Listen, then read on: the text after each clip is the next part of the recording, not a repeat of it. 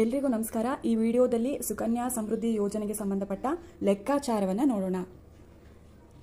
ಸುಕನ್ಯಾ ಸಮೃದ್ಧಿ ಯೋಜನೆ ಒಂದು ಬಂಡವಾಳ ಆಧಾರಿತ ಉಳಿತಾಯ ಯೋಜನೆಯಾಗಿದೆ. ಹೆಣ್ಣು ಮಕ್ಕಳ ಭವಿಷ್ಯಕ್ಕಾಗಿಯೇ ಭಾರತ ಸರ್ಕಾರ ಇದನ್ನು ಪ್ರಾರಂಭ ಮಾಡಿದೆ. ಈ ಯೋಜನೆಯಲ್ಲಿ ಹಣದ ಲೆಕ್ಕಾಚಾರ ಹೇಗಿರಬಹುದು ಅನ್ನೋದನ್ನು ಒಂದು ಉದಾಹರಣೆಯ ಮೂಲಕ ನೋಡೋಣ ಬನ್ನಿ.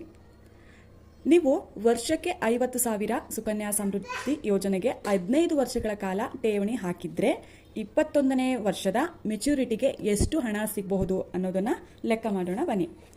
ವರ್ಷಕ್ಕೆ 50,000ದಂತೆ ಠೇವಣಿ ಅವಧಿ 15 ವರ್ಷ. 15 ವರ್ಷಕ್ಕೆ ಒಟ್ಟು ಠೇವಣಿ ಮೊತ್ತ 7,50,000. ಬಡ್ಡಿ ದರ 8.2%. ಈ ಬಡ್ಡಿ ದರ ವರ್ಷದಿಂದ ವರ್ಷಕ್ಕೆ ಹೆಚ್ಚಾಗ್ತಾನೆ ಹೋಗುತ್ತೆ. ಇನ್ನು ಮೆಚುರಿಟಿ ಅವಧಿ 21 ವರ್ಷ. ಇನ್ನು ಅಂದಾಜು ಲೆಕ್ಕಾಚಾರವನ್ನು ನೋಡೋಣ. 5 ವರ್ಷಕ್ಕೆ 2,05,000